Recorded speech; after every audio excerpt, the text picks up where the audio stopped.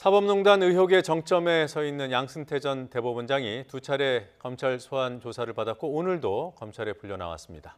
검찰은 조만간 양 전 대법원장 조사를 마무리 짓고 구속영장 청구 여부를 결정할 방침이라고 합니다. 네, 헌정사상 첫 전직 대법원장 소환부터 지금까지의 수사 상황과 취재 뒷이야기 YTN 법조팀 조성호 기자와 이야기 나눠보겠습니다. 안녕하십니까? 어서 오세요. 네. 취재 경쟁 굉장히 치열하겠어요. 네, 그렇습니다. 이런 경우에는 법조 기자들이 어떤 식으로 취재를 합니까? 특별히 이 사건만 그런 건 아닌데요. 예. 사건 당사자들을 취재하는 게 일반적입니다. 네. 이를테면 양승태 전 대법원장 주변 인물과 변호인을 취재하는 게 필수고요. 그리고 수사를 맡은 검찰 관계자들도 취재 대상입니다. 네. 네, 이명박 박근혜 전 대통령 출석 때도 마찬가지였지만 양 전 대법원장 출석할 때도 근접 취재를 할 수 있는 기자는 법조 기자 가운데 한 회사당 1명밖에 안 됩니다. 예. 네, 그래도 그 당시 화면을 보시면 굉장히 취재진들이 많이 몰려 있는 걸 볼 수 있는데요. 경쟁이 치열한 만큼 사실관계를 확인하는 과정 자체도 모래 속에서 진주를 찾는 격에 비유할 수 있을 것 같습니다. 예, YTN 법조팀은 지금 어떤 부분에 가장 주목하고 있나요? YTN 법조팀의 영업비밀까지 제가 말씀드릴 수는 없고요. 네. 저희도 전방위로 취재하고 있다 이 정도 말씀드릴 수 있는데요. 네. 특히 양승태 전 대법원장의 핵심 혐의 가운데 하나인 강제징용 재판 개입 의혹에 대해서 좀 주목해서 취재를 해왔고 네. 그렇다 보니 지난해 양 전 대법원장과 국내 최대 로펌인 김앤장 법률사무소가 얽힌 재판 지연 논의 관련 의혹 등을 집중적으로 보도할 수 있었습니다. 예, 이제 양승태 전 대법원장이 소환돼서 조사를 받고 있는 상황이기 때문에 네네. 혐의별로 지금 수사 상황이 어떻게 진행되고 있는지 좀 짚어봐야 될 것 같아요. 네네. 일단 먼저 양 전 대법원장이 받고 있는 주요 혐의부터 정리해 볼까요? 알려진 것만도 40가지가 넘습니다. 예. 네, 두 차례 조사하고도 마치지 못한 부분이 있을 만큼 혐의가 방대한데요. 네. 준비한 그래픽으로 주요 혐의 짚어드리겠습니다. 네. 네, 앞서 언급한 일제 강제징용 피해자들의 민사소송과 옛 통합진보당 의원들의 지위 확인 관련 행정소송, 네. 전교조 법외노조 처분 관련 소송 등의 재판에 개입한 혐의를 받고 있습니다. 네. 또 사법행정에 비판하는 판사를 사찰하고 인사상 불이익을 주는 데 관여한 혐의도 있고요. 네. 이 밖에 헌법재판소 기밀을 유출하도록 지시하고 법원 예산으로 비자금을 조성했다는 의혹도 있습니다. 네. 지금 그래픽에 분류돼 있는 내용을 보면은 네네. 직접 연루라고 돼 있는 아래에 두 가지 항목이 있습니다.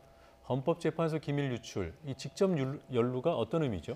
양승태 전 대법원장이 직접 개입해서 지시를 했다거나 하는 그 정황들이 구체적으로 드러나 있는 혐의들을 이야기합니다. 그리고 마지막 항목인 김앤장 변호사 접촉은 맨 위에 있는 강제징용 관련 소송과 연관돼 있는 거죠? 네, 말씀하신 대로입니다. 네. 예, 이 사안들에 대해서 양승태 전 대법원장의 입장 드러난 게 있습니까?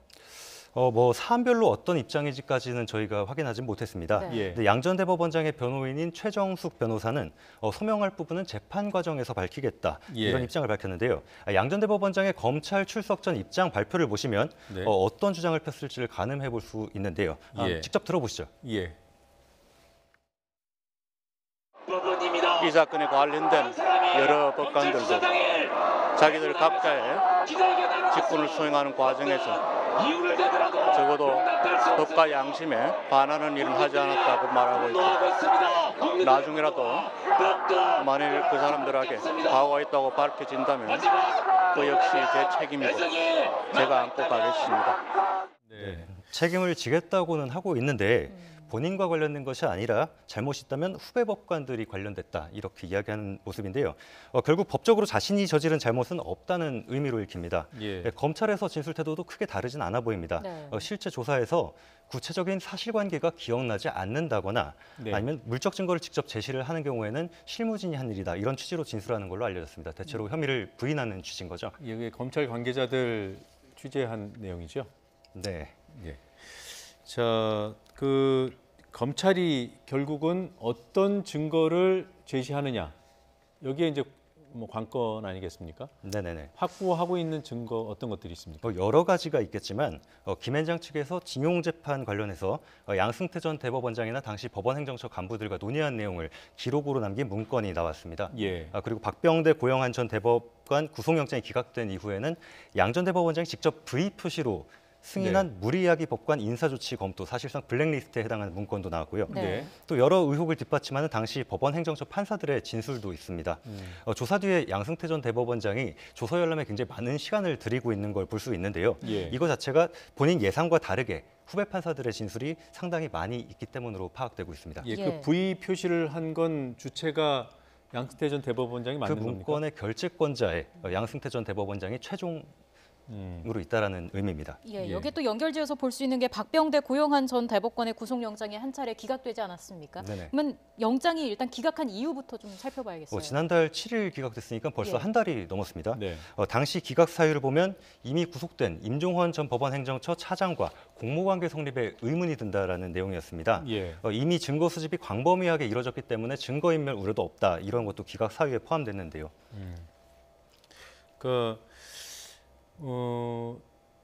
당시 이제 박병대 고영한 전 대법관 소환할 때 임종원 전 차장하고 네. 그다음에 양승태 전 대법원장 사이 이제 연결고리이기 때문에 이 두 네. 사람이 구속이 안 되면 힘든 거 아닌가라고 했어요. 지금은 좀 수사 상황이 좀 바뀐 겁니까?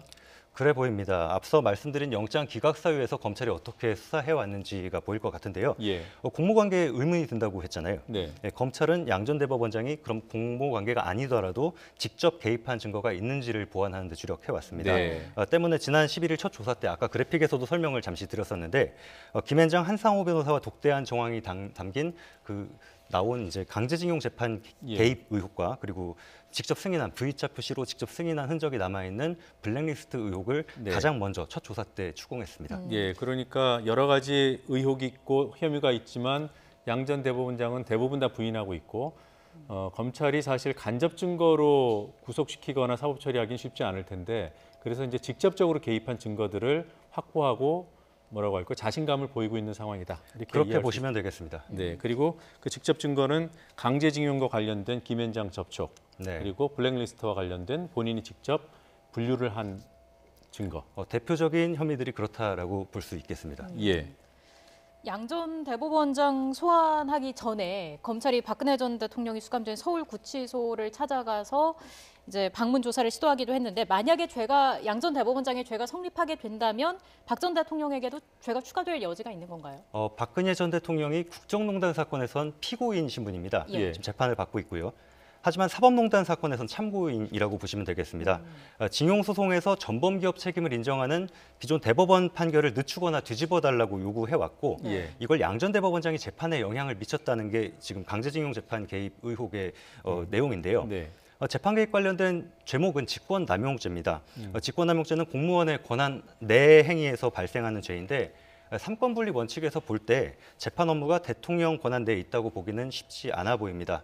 박 전 대통령 요구도 부적절했지만 예. 사법부가 그런 요구를 이행하면서 재판의 독립을 훼손했다는 게 사건의 본질이라고 보시면 되겠습니다. 그 사건 본질은 그런데 그럼 박근혜 전 대통령이 죄가 추가되는 건 아니라는 뜻인가요? 지금 현재로서는 그런 의미입니다. 추가는 안 된다. 네. 알겠습니다. 끝으로요. 만약에 양 전 대법원장 구속이 안 되면 이번 수사는 어떻게 되는 겁니까? 지난 7개월 동안 쉴 틈 없이 달려온 검찰 수사가 동력을 잃게 되는 셈인데요. 네. 그렇다고 수사가 실패하는 거라고 단정할 수는 없어 보입니다. 네. 임종원 전 차장이 먼저 구속돼서 재판에 넘겨졌고 박병대, 고영한 전 대법관도 한 차례 구속영장이 기각됐지만 여전히 피의자 신분입니다. 검찰 정규 인사가 다음 달 설 연휴 전후로 예정돼 있어서 수사가 더 늘어지진 않을 것으로 보이고요. 네. 네. 법원에서 영장이 기각된다면 검찰이 양 전 대법원장을 비롯한 주요 피의자들을 재판에 넘기면서 중간 수사 결과를 발표하지 않을까 이렇게 예상해 봅니다. 예, 알겠습니다. 여기까지 듣겠습니다. 고맙습니다. 고맙습니다.